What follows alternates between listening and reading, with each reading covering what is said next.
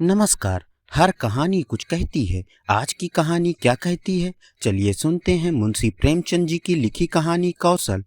पंडित बालक राम शास्त्री की धर्मपत्नी माया को बहुत दिनों से एक हार की लालसा थी और वह सैकड़ों ही बार पंडित जी से इसके लिए आग्रह कर चुकी थी, किंतु पंडित जी हीला हवाला करते रहते थे। ये तो साफ साफ न कहते थे कि मेरे पास रुपए नहीं है। इससे उनके पराक्रम में बट्टा लगता था। तड़कड़ाओं की शरण लिया करते थे। गहनों से कुछ लाभ नहीं। एक तो धातु अच्छी नहीं मिलती, उस पर सुनार रुपए के 8 आने कर देता है। और सबसे बड़ी बात यह है कि घर में गहने रखना चोरों को न्योता देना है। घड़ी भर के श्रृंगार के लिए इतनी विपत्ति सर लेना मूर्खों का काम है। बेचारी माया तर्कशास्त्र ना पढ़ी थी।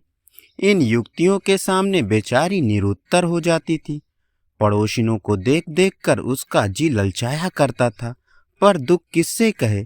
यदि पंडित जी ज्यादा मेहनत करने के योग होते तो ये मुश्किल आसान हो जाती, पर वे आलसी जीव थे।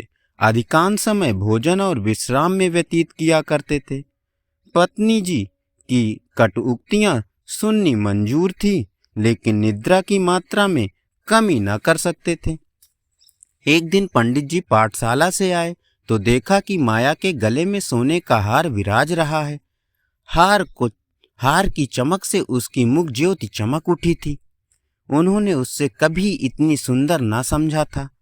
पूछा, ये हार किसका है? माया बोली, पड़ोस में जो बाबू साहब रहा करते हैं उन्हीं की स्त्री का है। आज उनसे मिलने गई थी, ये हार देखा, बहुत पसंद आया, तुम्हें दिखाने के लिए पहनकर चली आई। बस ऐसा ही एक हार मुझे बनवा दो। पंडित जी बोले, दूसरे की चीज नाहक मांग लाई, कहीं चोरी हो जाए तो हार बनवाना भी पड़े, ऊपर से बदनामी भी हो। माया बोली, मैं तो ऐसा ही हार लूंगी, 20 तोले का है। पंडित जी फिर वही जिद। माया बोली, सभी पहनती तो हैं, मैं भी क्यों ना पहनूं। पंडित जी बोले, सब कुएं में गिर पड़े तो क्या तुम भी कुएं में गिर पड़ोगी? सोचो भला, इस वक्त इस हार को बनवाने में 600 रुपए लगेंगे। यदि 1 रुपया प्रति सैकड़ा भी ब्याज रख लिया जाए तो 5 वर्ष में 600 रुपए के लगभग 1000 हो जाएंगे। लेकिन 5 वर्ष में तुम्हारा हार मुश्किल से 300 रुपए का रह जाएगा। इतना बड़ा नुकसान उठाकर हार पहनने में क्या सुख। ये हार वापस कर दो, भोजन करो और आराम से पड़ी रहो। ये कहते हुए पंडित जी बाहर चले गए। रात में एकाएक माया ने शोर मचाकर कहा, चोर चोर, हाय घर में चोर, मुझे घसीटे लिए जाते हैं। पंडित जी हक्का बक्का होके उठे और बोले, कहाँ कहाँ? दौड़ो दौड़ो। माया बोली, मेरी कोठरी में गया है, मैंने उसकी परछाई देखी। पंडित जी, लालटेन लाओ, जरा मेरी लकड़ी उठा लाना। माया बोली, मुझसे तो मारे डर के उठा नहीं जाता। कई आदमी बाहर से बोले, कहाँ है पंडित जी, कोई सेंध पड़ी है क्या? माया बोली, नहीं नहीं, खपरेल से उतरे हैं। मेरी नींद खुली तो कोई मेरे ऊपर झुका हुआ था। हाय राम, ये तो हार ही ले गया। पहने पहने सो गई थी, मुए ने गले से हार उतार लिया। हाय भगवान। पंडित जी बोले, हार उतार क्यों ना दिया था? माया बोली, मैं क्या जानती थी कि आज ही ये मुसीबत सर पड़ने वाली है। हाय भगवान। पंडित जी बोले, अब हाय हाय करने से क्या होगा, अपने कर्मों को रो। इसीलिए कहा करता था कि सब घड़ी बराबर नहीं जाती, ना जाने कब क्या हो जाए। अब आई समझ में मेरी बात। देखो और कुछ तो नहीं ले गया। पड़ोसी लालटेन लिए आ पहुंचे।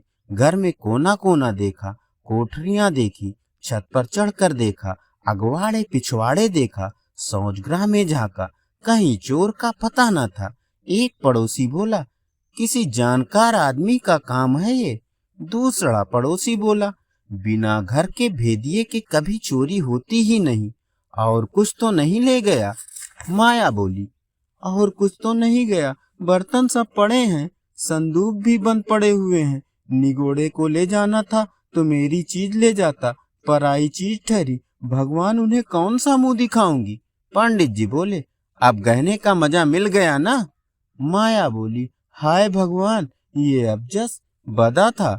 पंडित जी बोले, कितना समझा के हार गया, तुम ना मानी तो ना मानी, बात की बात में 600 रुपए निकल गए। देखो भगवान कैसे लाज रखते हैं। माया बोली, अब आगे मेरे घर का एक एक तिनका ले जाते तो मुझे इतना दुख ना होता, अभी बेचारी ने नया ही बनवाया था। पंडित जी बोले, खूब मालूम है, 20 तोले का था। माया बोली, 20 ही तोले का तो कहती थी। पंडित जी बोले, बधिया बैठ गई और क्या। माया बोली, कह दूंगी, घर में चोरी हो गई, क्या जान लेगी, अब उनके लिए कोई चोरी थोड़ी ही करने जाएगा।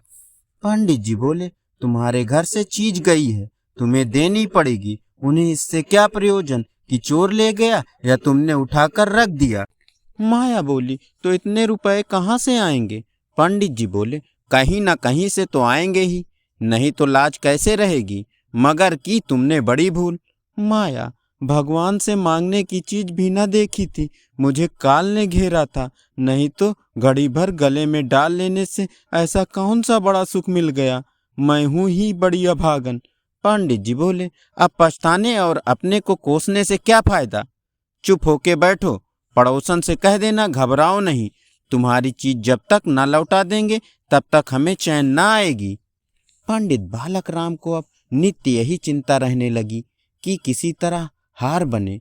यूं अगर टाट उलट देते तो कोई बात न थी, पड़ोसन को संतोष ही करना पड़ता, ब्राह्मण से डांट कौन लेता। किंतु पंडित जी ब्राह्मणत्व के गौरव को इतने सस्ते दामों में न बेचना चाहते थे। आलस छोड़कर धनोपार्जन में लग गए।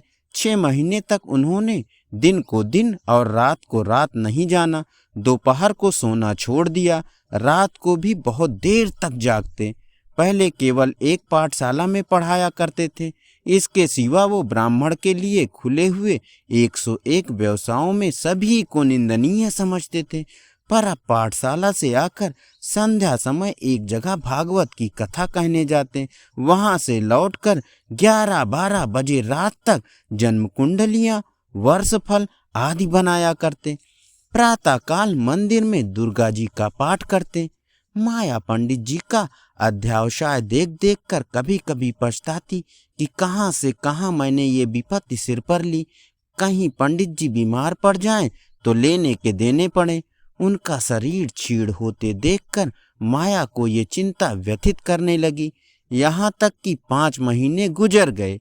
एक दिन संध्या समय वो दिया बत्ती करने जा रही थी कि पंडित जी आए, जेब से एक पुड़िया निकालकर उसके सामने फेंक दी और बोले, लो आज तुम्हारे ऋण से मैं मुक्त हो गया।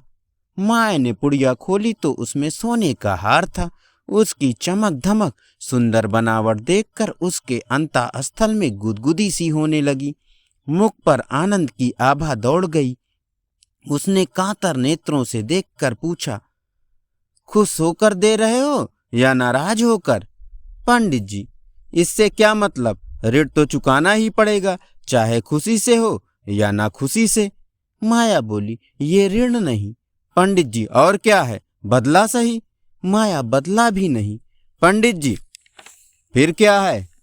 माया, तुम्हारी निशानी। पंडित जी बोले, तो क्या ऋण के लिए दूसरा हार बनवाना पड़ेगा। माया बोली, वो हार चोरी नहीं गया, मैंने झूठ मूठ शोर मचाया था।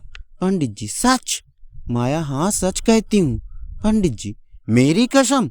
माया, तुम्हारे चरण छूकर कहती हूँ। पंडित जी, तो तुमने मुझसे कौशल किया था। माया, हाँ।